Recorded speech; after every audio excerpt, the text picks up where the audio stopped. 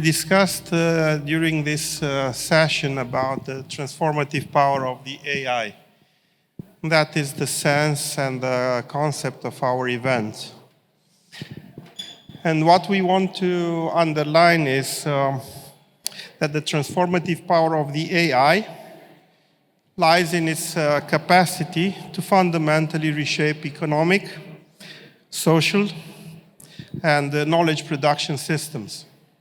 Therefore, the interference of AI with all social and economic aspects becomes more and more evident. AI has the potential to influence a wide range of sectors by enhancing the ability to process vast amounts of data, identify complex patterns, and support automated decision-changing process. In the economic system, AI contribution is to increase efficiency and competitivity. Also, AI can and will reshape the labor market. The next panel is dedicated to the impact of artificial intelligence in the society and in the economy and in public services. Practically, we want to see how AI will change our life. You see, sometimes if I take more of my longer introduction, also technology will become more friendly to us. So, yeah, I hope at least it will come for a bit of a second to give me the nice opportunity to invite back on the stage Maartje Schulz, the Policy and Research Manager of ELF, which will moderate this second panel on AI for society and economy, public services, industry, and skills. Maartje's guests at this panel are distinguished speakers. First is Professor Matej Babšek, AI for Productivity Researcher, Zavod 14, which I invite on the stage. I also invite Mrs. Alexandra Petrescu, Competition Counselor, Digital Market Experts, Romanian Competition Council. I invite Mr. David Timiș, Prompt Engineering Trainer, Senior Fellow GGI and AI Governance. And the last speaker on this panel is our dear friend from Bulgaria, Zinaida Zlatanova from Lipa, Bulgaria. So this is the last panel. I hope you will have also a good back screen and good luck to your work. Yes, thank you. Thank you very much. Yeah, let's hope you all have some energy left for this last ELF panel on the main stage. We're gonna discuss AI and AI for the benefit of society and the benefit of our economy. We like to think as ELF, how can we steer AI to be a force for good? So actually that's also my first question to all of you. So I'll go like this and make a little round. So how actually can we make AI be a force for good that improves our society, our work, and our economy? I'll start with you, Matej. Thank you very much.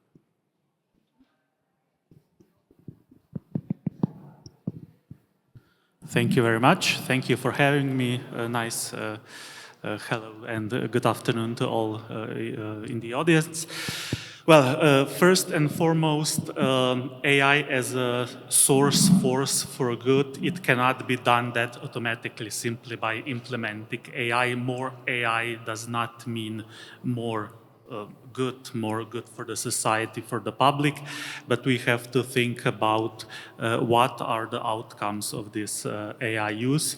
We should see AI as not only a technological question, but a question of people who use this technology.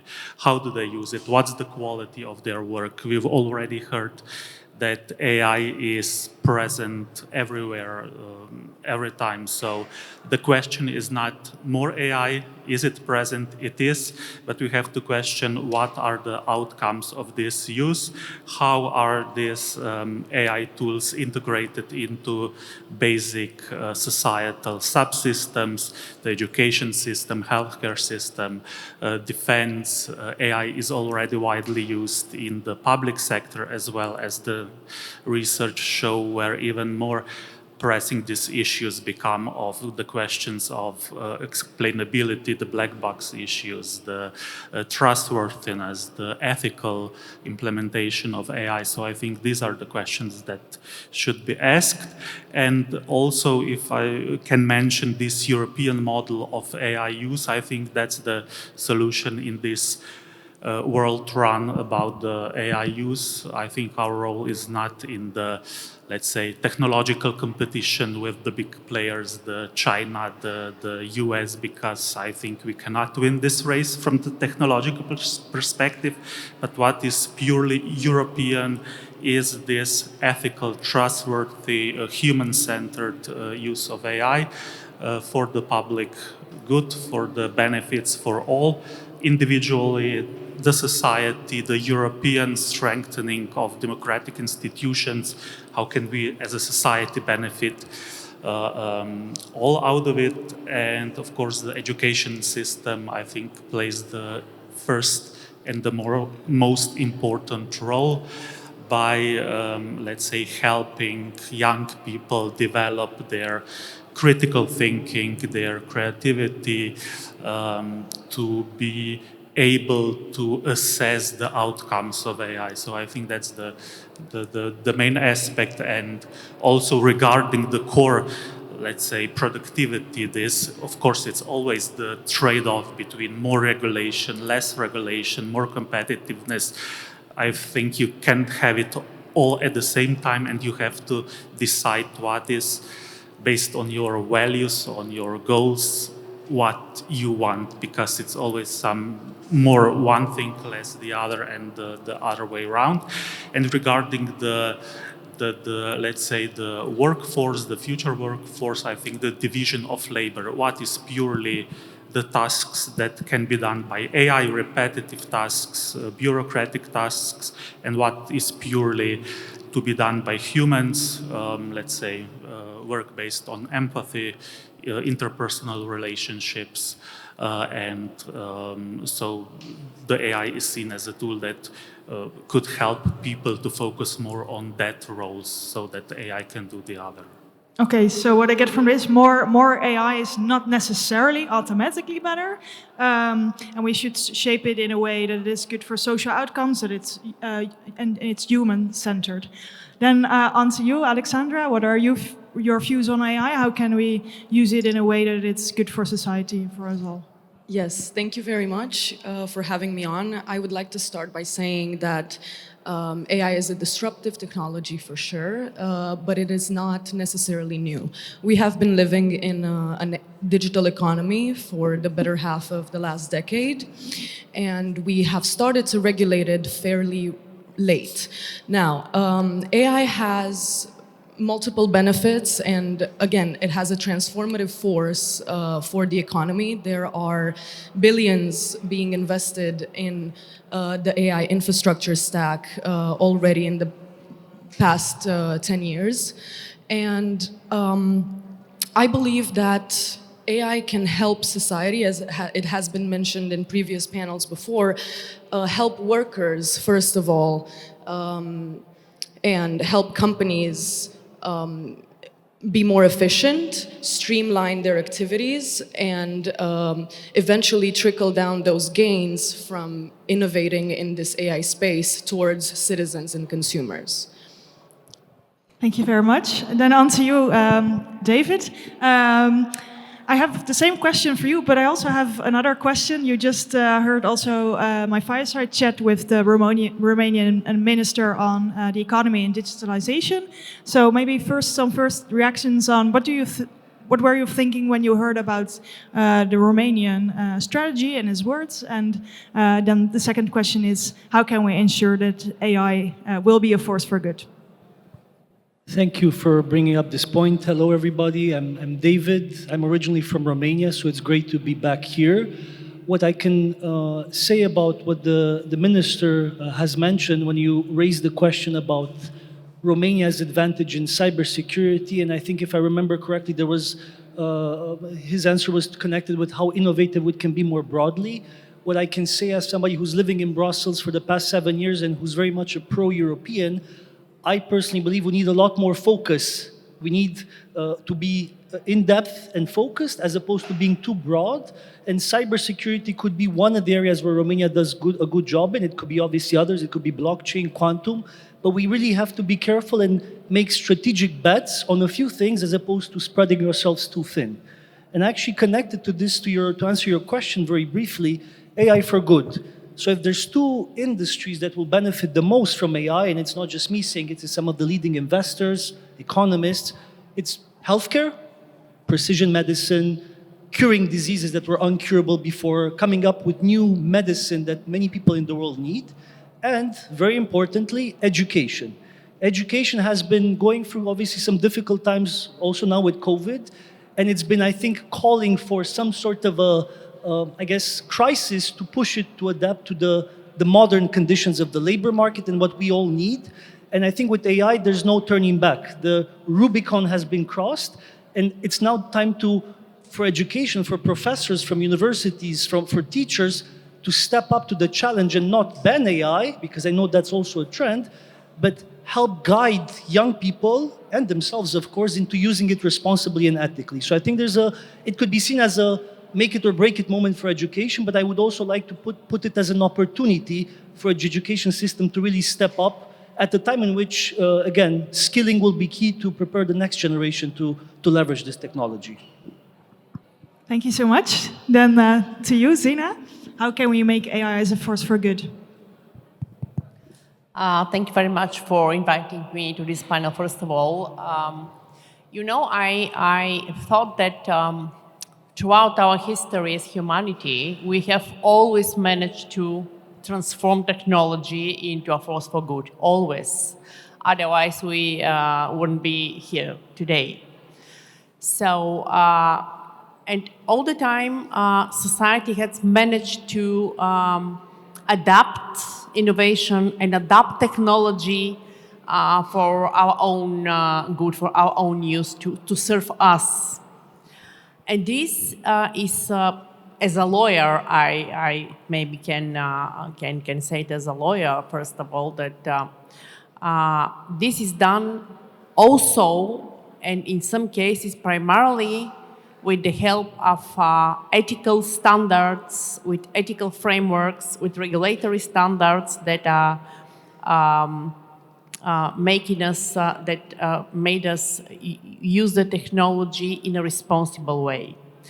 Take the nuclear energy, for example. It's a technology made for war initially, and now it serves us as clean energy, as medical technology to cure people, for scientific purposes. And this is also achieved through safety standards internationally received, through international monitoring institutions and governing bodies. So it is achievable. It is achievable. And in this sense, let us say that those who are preaching Europe abandon regulations at all, everywhere, we shouldn't listen to them entirely, because we have our way to approach things. Thank you. Thank you so much. And then on to you, David. With all your experience and your knowledge on AI, how fast are these transformations with the AI, and how would you compare it to previous industrial revolutions, you would say? Faster than anything else that we've experienced in our history as a species. So what most people don't realize is that as we speak, we have a technology that some would not even call it artificial intelligence, would call it alien intelligence, because if you ask the leading engineers of OpenAI and Anthropic, they would tell you that they've developed a technology that they don't fully understand. So we really live in, I would say, unprecedented times. And I think if there's one thing that we should really brace ourselves for and to hopefully take the right decisions the next 2 to 3 years, is how can we build the societal resilience needed that we're going to be better off and benefit from AI, all of us, not just a few of us, even if the more outlandish scenarios that some of the tech leaders are mentioning will come to truth.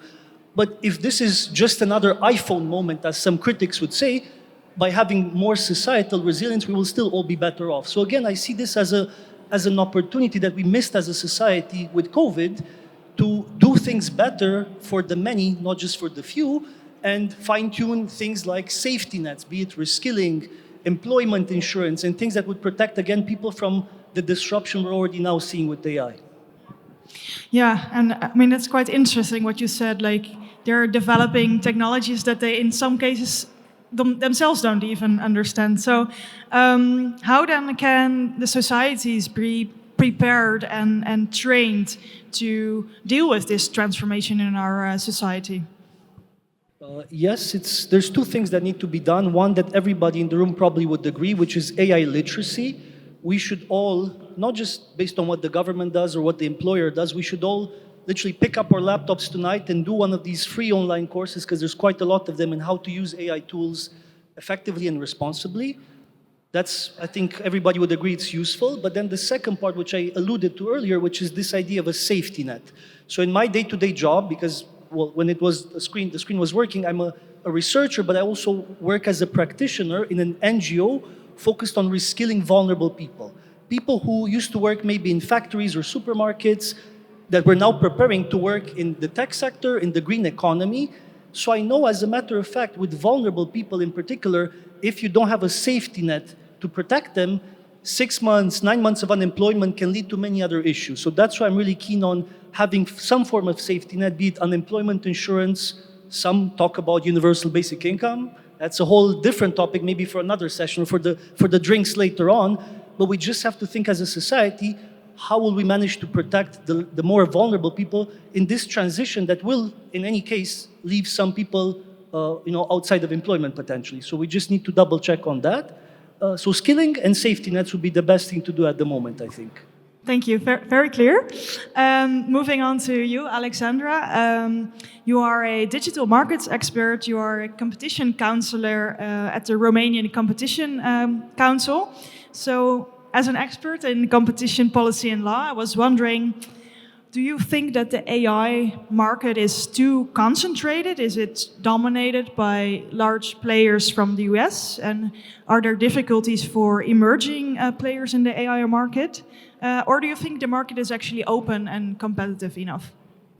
Thank you. Thank you for your question. And right before I answer, I do want to address what my panel colleague said. I think that safety net that he's talking about may be competition law and competition policy, at least in the short term, because the foundations are there already. So let me start by saying that competition policy acts as a referee. We ensure that the rules of the game are maintained and that markets are fair and contestable. Now, to answer your question, is the AI market too concentrated? The answer depends on what layer at the foundation of the AI stack we're looking at and over what time horizon. So let me start with the structural issues. At the first layer, at the base layer, there is the compute infrastructure. Here, the market is very, very concentrated. We have a handful of players. NVIDIA controls 70 to 80% of the AI chip making facility globally. Then we have TSMC, which controls and produces the physical silicon required for virtually every AI hardware there is. And then at the cloud compute level, which is where AI models are trained and developed, we have, again, just 3 players: Amazon Web Services, Google Cloud, and Microsoft Azure. Now, there are dependencies there, and of course, this layer is very concentrated. Moving on up the stack, we have the foundation model layer, which is, again, a very concentrated market already. We have a handful of players such as Anthropic, Google, OpenAI, of course, and Meta.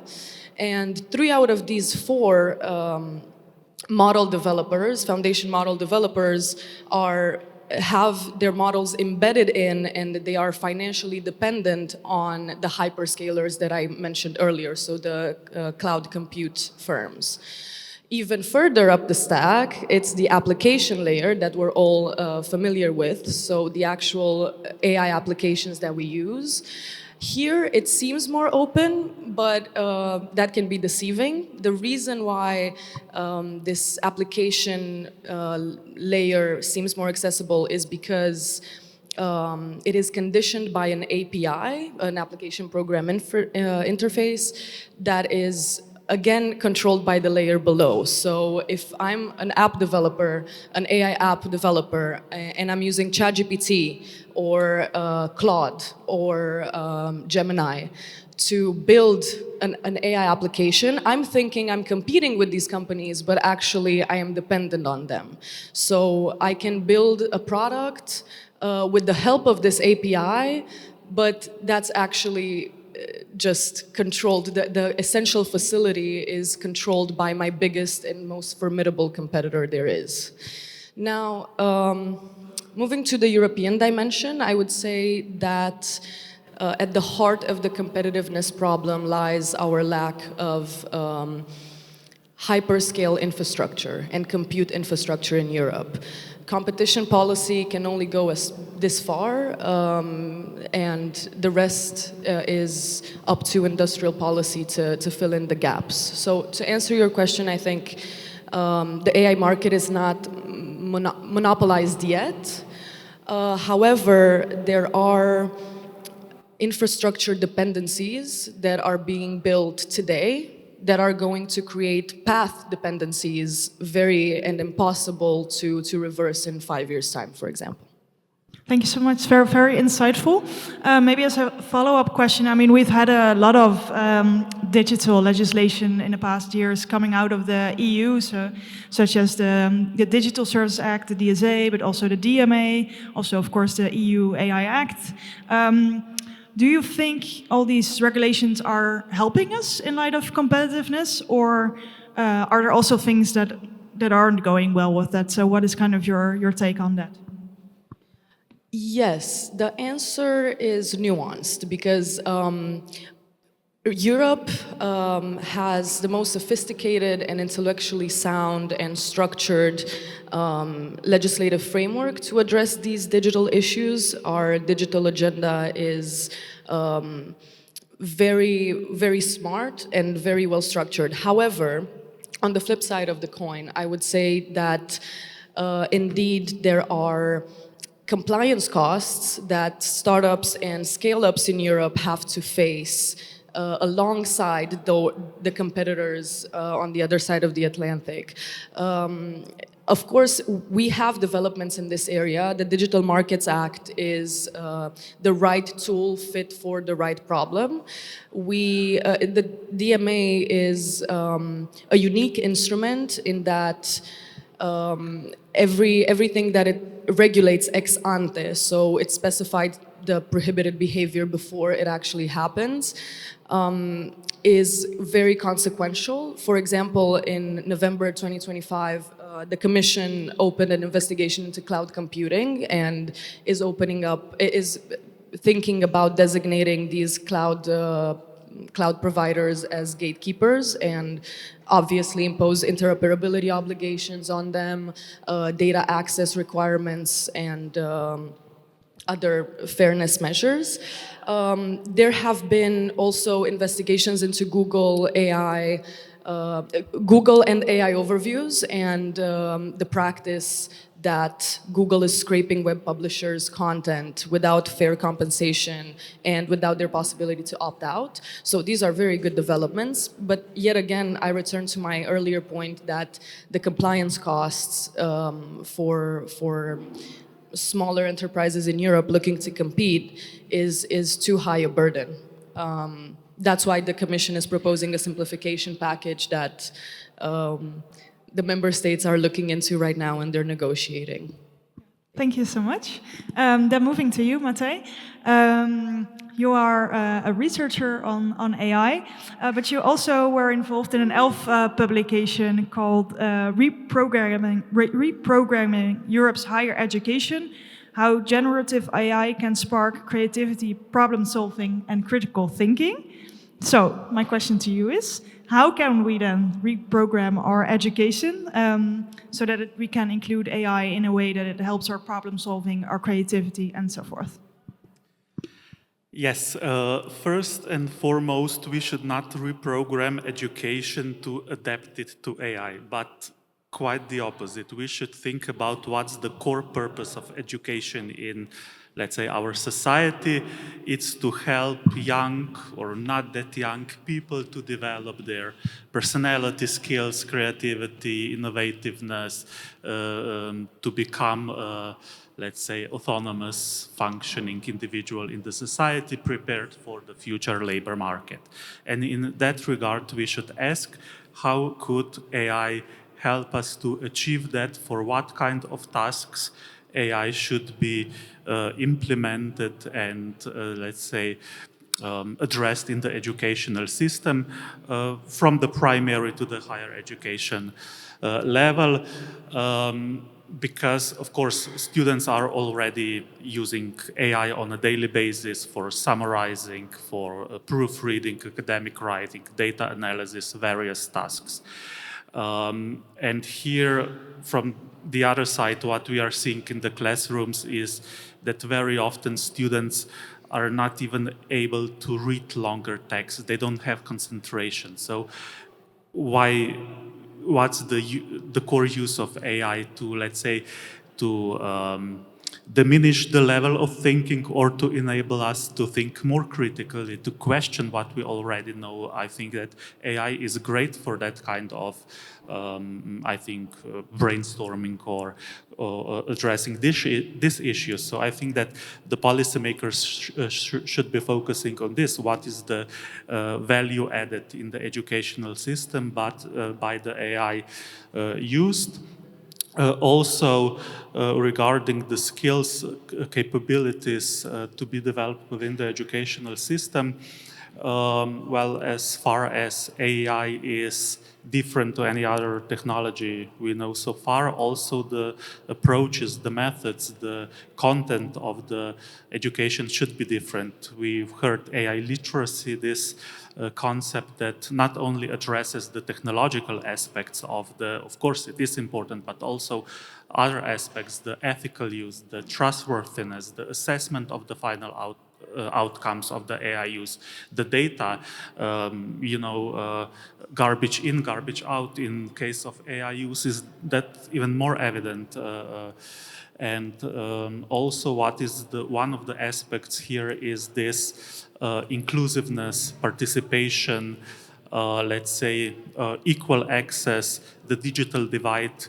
Will AI, not only in the educational system, but also in the society, will AI amplify the differences, or it will somehow divide this gap? Also, educational system should be the system that somehow at least balances inequalities in the society. And I think that we should think how to let's say, address all the AI-related issues in that regard to contribute to the public value creation, to the common good, and that's the question for the policymakers in the educational field. Yes, absolutely. And you also informed me you have also been involved in a survey on AI adoption. Can you just very briefly share a bit about this results of this survey and what lessons we can take from it? Yes, so we have just finished the survey. We did the global AI adoption survey in the public sector. So this is only the public sector in 111 countries worldwide, including Romania with our partners, and we collected more than 17,000 responses, so it's really a wide survey. And just to give quick glimpses into the preliminary results, are that in the public sector, which is obviously, and we probably now agree on that, lagging behind the private sector use, but also at least within our sample, more than 80% of respondents are reporting of at least some kind of AI use in their work. That means 4 out of 5, which is an enormous number. More than 1/2 of the respondents report using AI several times per week. For Romania, I think that percentage is about 40%, but but the other question, so we know that AI is used. There is no question, should we use it, should be implemented? It's already here, already in the public sector as well. What is the quality of this use? More than 90% of users report using chatbots, assistants, LLM models as practical applications, and they do use it ad hoc, let's say on a personal, individual basis based on their needs. And here is the problem that somehow pops out, is that this use is not, and this is public sector, which use should be somehow regulated, let's say, or somehow based on guidelines of public institutions. Also about the data, the legal questions, I won't even dig into that, because but the true question is that what here is missing are this institutional support, guidelines, some trainings. I think about 1/3 of the respondents said they did receive enough training, and also about 1/3 said that they do have enough financial resources within organizations. So what is lacking is this support. There is a will. Civil servants want to use it, they do use it, but what is lacking is that organizational and broader institutional support in the public sector, just as a general overview. Thank you very much. Then my final questions go to you, Zine. You are a board member of LIPA. You're also a former Minister of Justice from Bulgaria. And besides that, you're also an editor of a recent ELF publication titled EU Labour Market, Liberal Solutions to Retain, Attract and Innovate. So let me ask you the following questions. In your ideal world, how can we make sure the impact of AI on the European labour market and its workforce will be good? Yes, right. Indeed, we had this very interesting publication that you mentioned. And to be honest, at the beginning, we didn't know what will come up, because we had this approach to give the freedom to our authors to place their wildest ideas and newest researches in the areas respectively. And what turned out was very interesting for me, because we are normally used to hear that AI will steal our jobs and will diminish the human role in the labor market. But what came out from this publication was actually that AI can be very beneficial and very useful in many roles to address many deficiencies of the European labor market. It is in the sense of increasing productivity by automating some repetitive roles, by optimizing the use of the existing workforce, by providing tools for more successful and longer careers for the employees, and for improving the education and reskilling schemes by providing platforms. And all this amid the worsening demographics in Europe and elsewhere. So it can be very, very useful but being used proactively by the regulators, by the institutions, and not reacting on developments. And all of this can contribute to, because our ultimate question in the publication was how to improve the European labor market with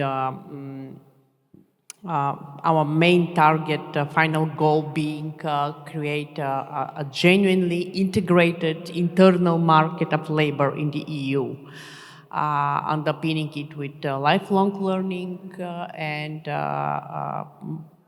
also by having not only a flexible labor market, but a fair labor market. And we are very, very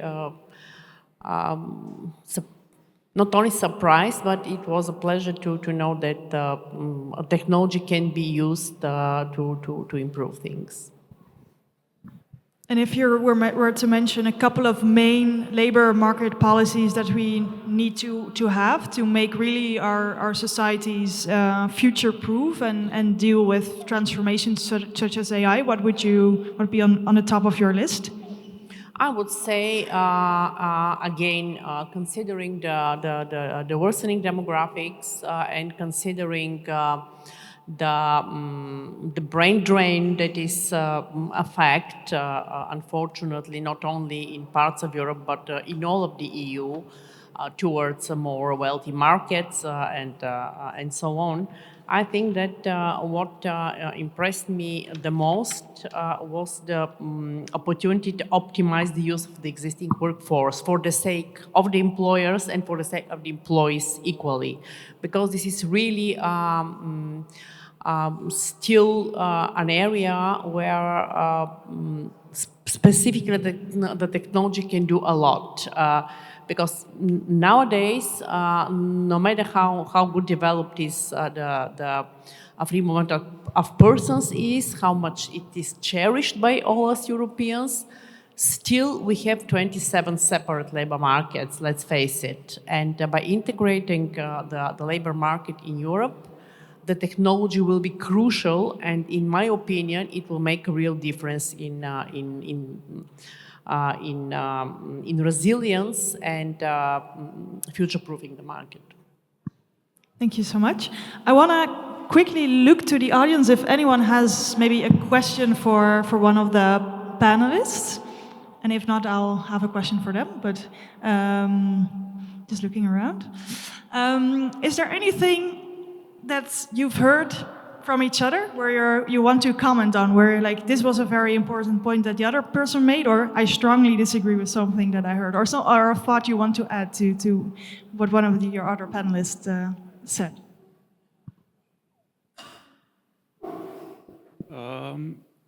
Well, yes, maybe as when we were discussing the David also before this European model of AI, what is to be done in our, let's say, backyard or in our environment to implement the AI the way we should do for our best. So I think that's something that popped out in my mind. Maybe a question to you, David. What could this European model for AI be? If you were to like describe an ideal vision for European AI, what would it look like? It will be a pro-human AI, because the AI is being developed now, or obviously developed by a few companies, mostly in the US and in China. And obviously there's different values that I think these two countries have compared to Europe, especially nowadays, given what's happening geopolitically. So I would definitely double down on some of the European models that, again, are put in place for many years to protect the most vulnerable and to make sure the use of AI is being done in a way to benefit society, not just to sort of benefit a handful of people and organizations. But in order to do that, we do need to leverage the technology. We cannot put the genie back in the bottle. We need to use it because our entire economic growth, given the demographic challenges we have, our entire economic growth depends on us applying AI and again making sure its benefits are widely spread. Because when it comes to the impact of job that was mentioned, the situation in Europe is better because we have the employment legislation that protects workers. That in some cases, some would argue, also hinders innovation because it's harder to fire people. As an anecdote, in Denmark, they came up with the flex security model, in which is easy to fire people, but they're also protected and given the chance to reskill. So what I'm trying to say is that we need to apply mindfully AI in Europe to help with our economic growth.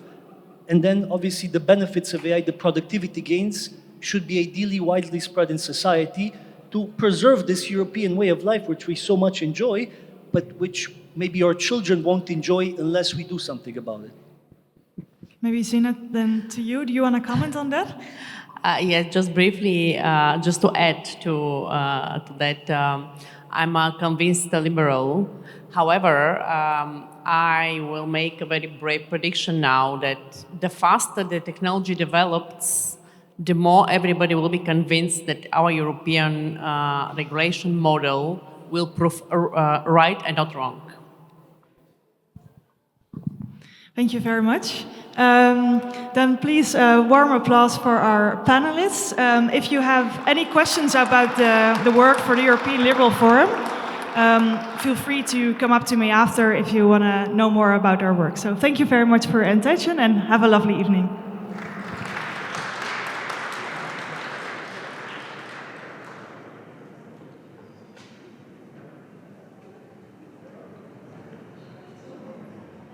Cu aceasta a luat sfârșit cea a doua zi de Digital Innovation Summit Bucharest.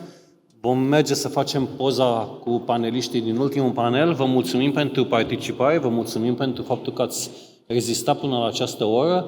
Mâine începem din nou de la ora 9. O temă importantă, cyber diplomacy, niște paneluri foarte interesante, așa că vă așteptăm și mâine în continuare. Mulțumim mult, o seară cât mai bună!